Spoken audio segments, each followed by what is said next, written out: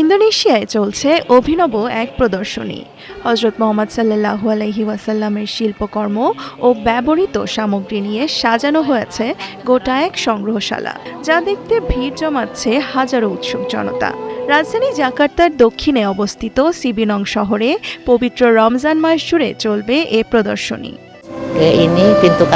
কাবা শরীফের দরজা ও নবীজির পোশাকের মতো জিনিসপত্র দেখে আমি গভীরভাবে মুগ্ধ হয়েছি। এই নিদর্শনগুলো দেখা সত্যিই ভাগ্যের বিষয়। প্রদর্শনীতে রয়েছে নবীজির চুল ও দাড়ির কিছু টুকরো, রয়েছে পাগড়ি ও স্যান্ডেলও।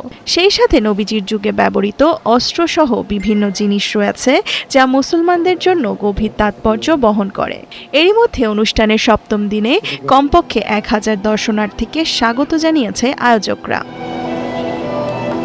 মালায়া বিশ্ববিদ্যালয়ের ইসলামিক ইতিহাসবিদ অধ্যাপক আব্দুল মান্নানের উদ্যোগে সাজানো হয়েছে এই সংগ্রহশালা। তিনি দশকের পর দশক ধরে হযরত মুহাম্মদ সাল্লাল্লাহু আলাইহি ওয়াসাল্লামের সাথে সম্পর্কিত নিদর্শন সংগ্রহ করে আসছেন।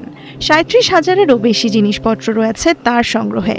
ইসলামিক ঐতিহ্য সম্পর্কে জনসাধারণকে শিক্ষিত করার প্রচেষ্টার অংশ হিসেবেই বিশ্ব ভ্রমণ করে নানা সামগ্রী সংগ্রহ করেন তিনি।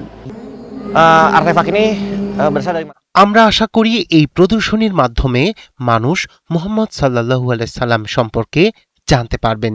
তিনি যেসব ঐতিহাসিক নিদর্শন ও স্মারক রেখে গেছেন, সেগুলোর মাধ্যমে তার পদচিহ্ন আর সংগ্রাম আরও প্রতিফলিত হবে। এই প্রদর্শনীর আরেকটি গুরুত্বপূর্ণ উদ্দেশ্য হল দর্শনার্থীদের মহানবী ও ইসলামের প্রতি ঈমান ও ভালোবাসাকে আরও দৃঢ় করা।